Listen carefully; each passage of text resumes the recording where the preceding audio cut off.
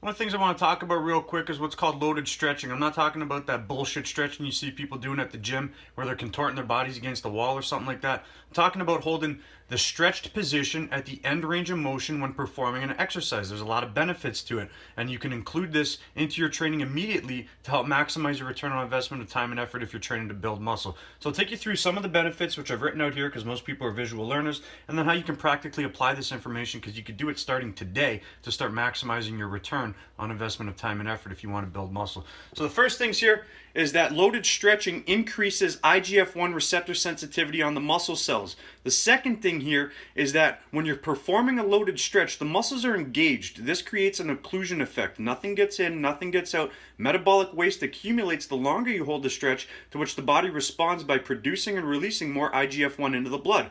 More IGF-1 into the blood combined with greater sensitivity on the muscle cells equals a greater anabolic response. So those are the benefits right there, some of the best benefits. From there, loaded stretching facilitates the pump, because when the muscles are engaged, blood and oxygen entry into the muscle is limited.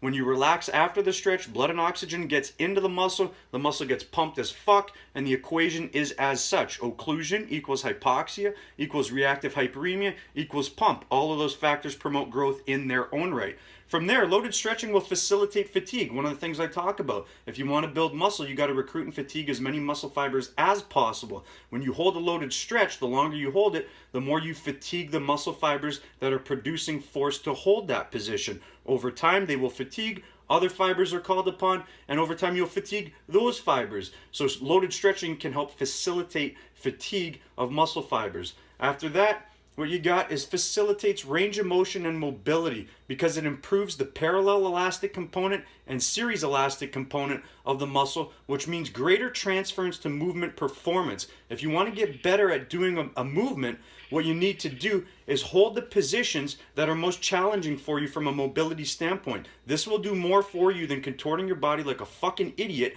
and hoping that it carries over to what you're doing. Why not just practice the movement itself and hold yourself in the positions that are most challenging to you? Then, depending on how you get into the stretched position, you can activate mTOR, which is the gene most responsible for maximizing the protein that you eat and turning it into muscle on your body. So if you lower into the stretch slowly, you accentuate the eccentric, you're going to turn that gene on the most. So how do you practically apply this? Well, you can use loaded stretching as a standalone, where you do 45 to 60 seconds of a stretch with a 1-to-1 work to rest ratio. You could do that 3 to 5 times if you want, and you would do it at the beginning of the workout if you want to, prioritize mobility, and at the end of the workout to prioritize growth. The reason being, when the muscles are pumped, if they're pumped enough, and you perform a loaded stretch, all that blood in the muscle is going to exert outward pressure onto the cells. It's going to threaten their integrity, or at least they're going to perceive it as a threat to their integrity, to which they respond by growing bigger and stronger to protect themselves against future disturbances. Remember, that's why your body builds muscle, to protect itself from the disturbances that you're subjecting it to. You could also include loaded stretching as part of a pre-exhaust, post-exhaust, or contrasting method. Basically, you'd hold a stretch before you do your set, after you do your set, or contrasting before or after or during, whatever the fuck you want. You can basically include a stretch whenever you want. You hold it for a few seconds, do a couple more reps. Hold it for a few seconds, do a couple more reps. Use it how you want. Remember, training to build muscles is an experience that only you're experiencing. I can't experience that for you. No other coach in the world can do that for you.